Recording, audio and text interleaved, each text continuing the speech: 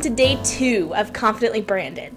Today we're going to talk about your logo design. So, most people come to me and they're like, hey Lilah, I need a logo design. And I'm like, yeah, well you gotta start with the mood board. So if you didn't do the mood board homework, go back and do the mood board homework first, then come back to this video and do the logo design.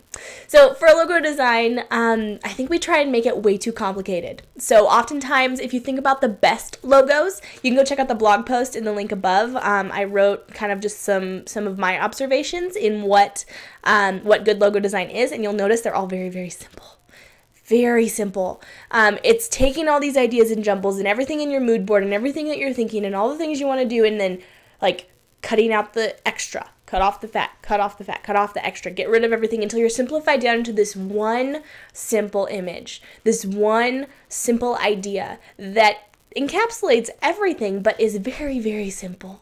So please, if you're having trouble and you're like, I don't really like it, it's not really my thing, I don't know what I'm doing, this logo isn't good, cut some of it, make it simpler, make it more streamlined, make it more like plain. Like, don't be afraid to be plain, because those are the images that really, really stick with us and are more emotionally evoking than something that's a little complicated and busy.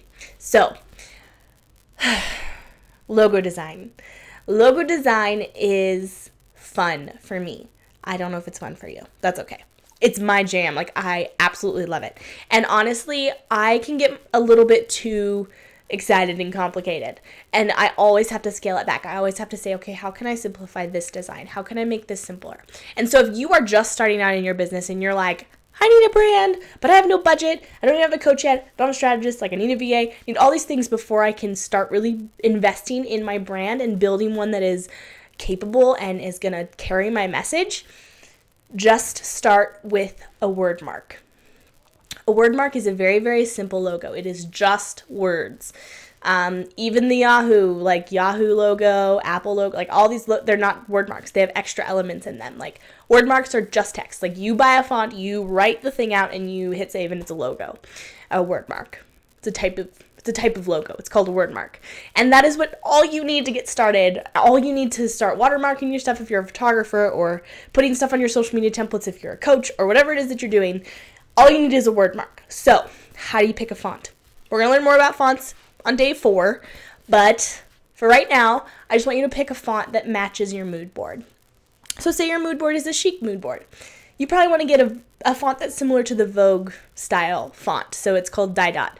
There's also Playlist Fair. There's a couple different options. So I'm going to put some resources down below for where you can go to find different fonts that are really, really beautiful and really simple and very elegant.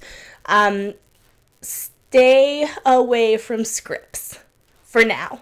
Scripts are complicated. They're too complicated. Scripts work sometimes, but most of the time they don't. So stick with something that's either a serif or a sans serif. We'll learn more about those terms in the font day a couple days from now, but for right now, all you need to know is that the serif font is the font with the little tags on the ends, and sans serif simply means without serifs, without the little tags on the ends. So if you're going for a more modern, say you have a very mod, like City Life, kind of hipster, any brand that's like kind of modern, you likely want to have a sans serif font. If you're going for something that's a little more classic, maybe more feminine, maybe has a little bit more of a grown-up, like adult type vibe to it, where you're a little bit more mature, the serif fonts work well for that as well.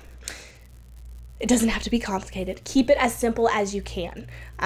Just a font, no elements right now. That's all you need to get started.